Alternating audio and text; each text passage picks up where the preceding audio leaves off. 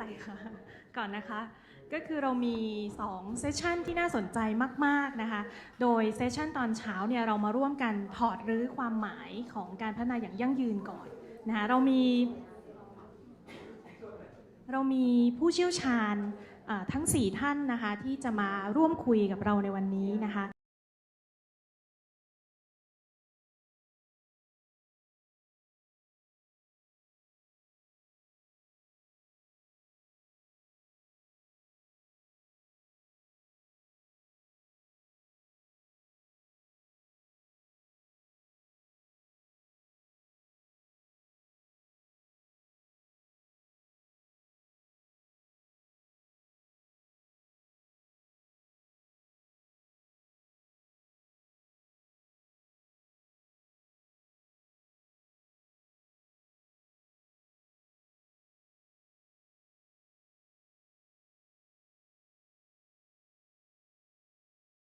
old faces and friends and a lot of new people, so that's good. Hopefully, this dialogue that we start will continue in different forms and in different spaces in the future. So I was asked to give a small introduction about why we have put the issue of sustainable development on the table from the point of deconstruction and reconstruction. Now, the concept of sustainable development was first launched at the Earth Summit in Rio de Janeiro in 1992. And sustainable development at that time was defined as development that meets the needs of the present without compromising the ability of future generations to meet their own needs. And it contained two key concepts. One was the concept of needs, in particular the essential needs of the world's poor, which was supposed to receive priority. And the other important concept was limitations, which is limitations on the environment's ability to meet present and future needs. Now, this conceptualization, there were some very important aspects about this conceptualization. One was that it tried to reframe development with a very strong ecological and environmental dimension.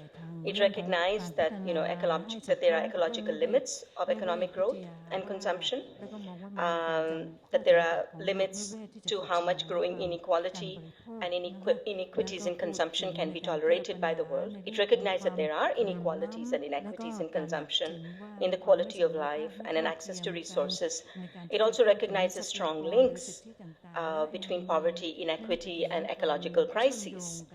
And very important, it put throughout a challenge, which is not just an accounting challenge, but it's a challenge, a much more substantive challenge, that the needs of the future cannot be sacrificed for what people want to consume today.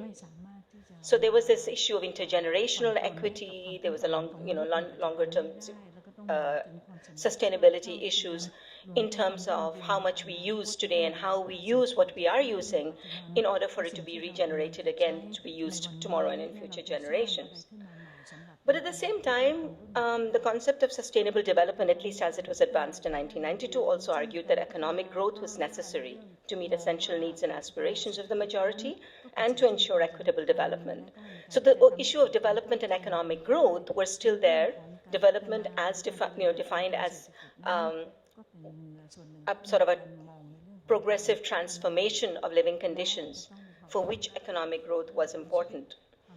But perhaps as a compromise or perhaps as a way of making sure that the environmental and ecological aspect was not lost sight of, sustainable development was then defined with three broad pillars: society, economy, and environment. And after that, I think many of you who've looked at the concept of sustainable development have seen how, every 5 years a concept was renewed. There were all kinds of academic and discursive battles about what is real sustainability and so on. Now, in 2012, the heads of state met again in Rio at the Rio +20 summit, and they reaffirmed their commitment to sustainable development. But interestingly, the same year, the United Nations Environment Programme, UNEP, launched and unveiled its Green Economy Plan, which presented ways in which countries could continue to pursue economic growth through what they called innovative ways of exploiting green capital, which is nature. So again, then again, the language of sustainable development was invoked in the language of economic growth, and this time very overtly on the exploitation of nature.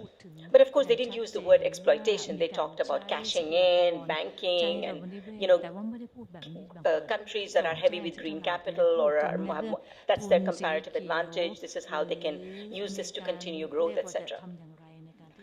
And of course, the green economy was heavily criticized by a lot of academics, by a lot of rights advocates, by social movements all over the world, especially given that the green economy was being presented, in the context of a deepening climate crisis and a deepening crisis where, environmental disasters were happening one after the other, and there had been a recurring financial crisis since 2007.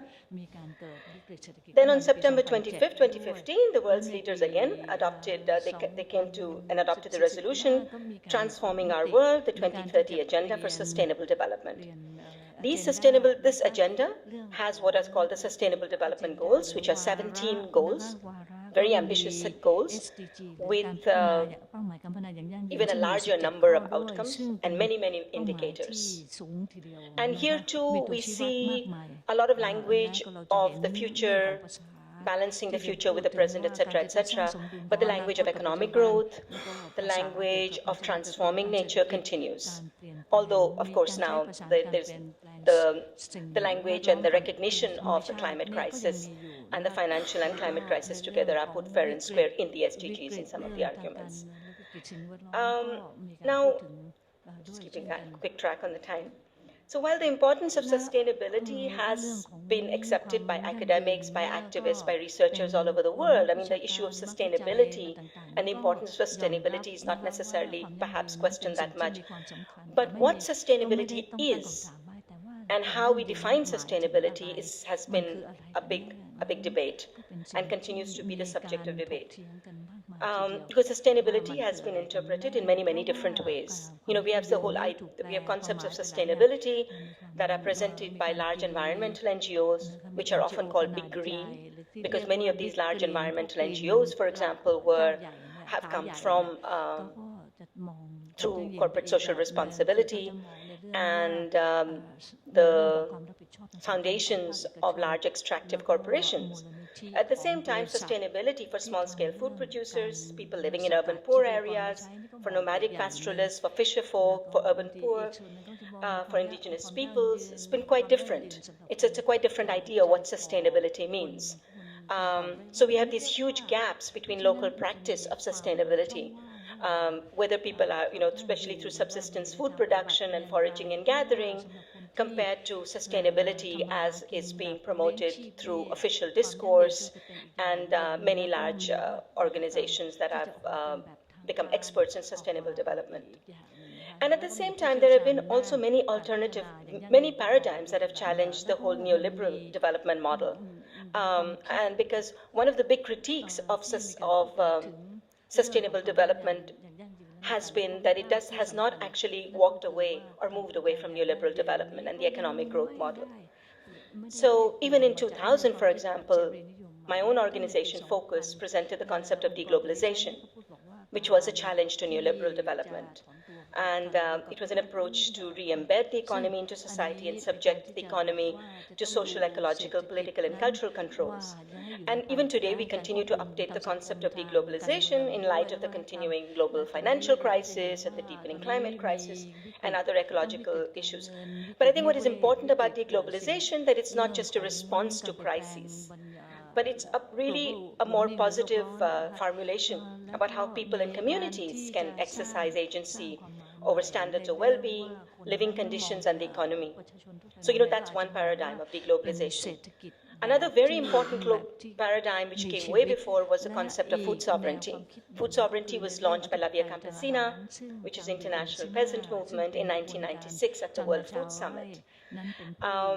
And this was launched as a direct challenge to market-driven food security and growing control over food and agriculture sectors by corporations through neoliberal trade and investment regimes.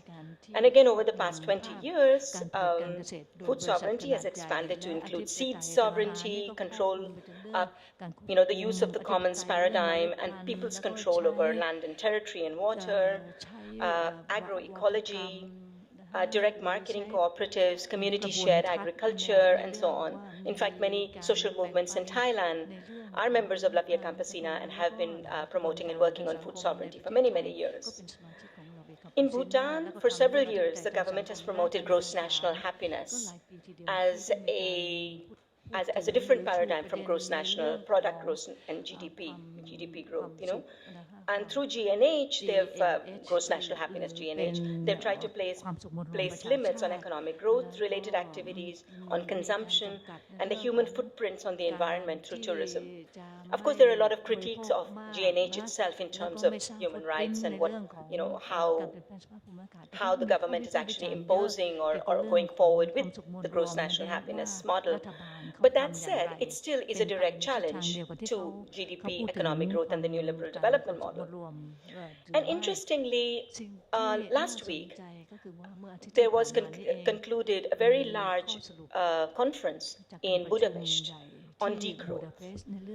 Degrowth is a growing paradigm, which, it's a paradigm that's capturing the interest of scholars and activists, originating among activist scholars in Europe, including our friend Christoph here, who can tell us more about it.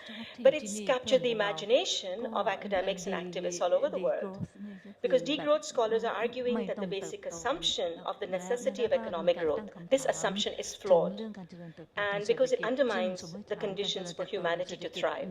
So again, degrowth scholars and degrowth advocates are looking at the future and saying the future is destroyed if we continue in this present way. So we have to turn away from the neoliberal development model. You cannot have sustainable development which continues along neoliberal development and the same growth model.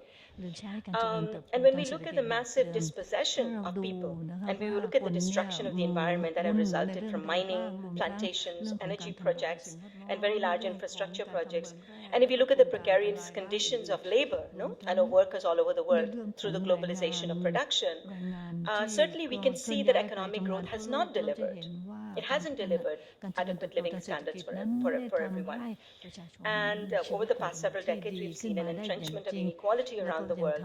And this is so obvious that it's documented not just by policy institutions, but even by big financial institutions like Credit Suisse. Big banks are talking about the increase, about the entrenchment of inequality in the world. So degrowth is, there was a lot of criticism of degrowth initially, not a lot, but some challenges put forward that degrowth is something that only wealthy countries can use, that developing countries and countries that are still, like countries in Asia, still need to have economic growth. But actually, when you look at what have been the results of economic growth, it certainly puts into question whether degrowth is not something that, whether degrowth is something that we cannot adopt in Asia. If you look at the, results of economic growth in Asia, we can see very, very clearly the big social, economic, environmental, and community fallout. And increasingly, we're seeing a popular democratic fallout of economic growth as well. One very important issue that degrowth scholars are putting on the table, which would resonate in Thailand, is sufficiency versus efficiency. So how much does one actually need? And in order to have an efficient economy, how much do you consume beyond what is sufficient?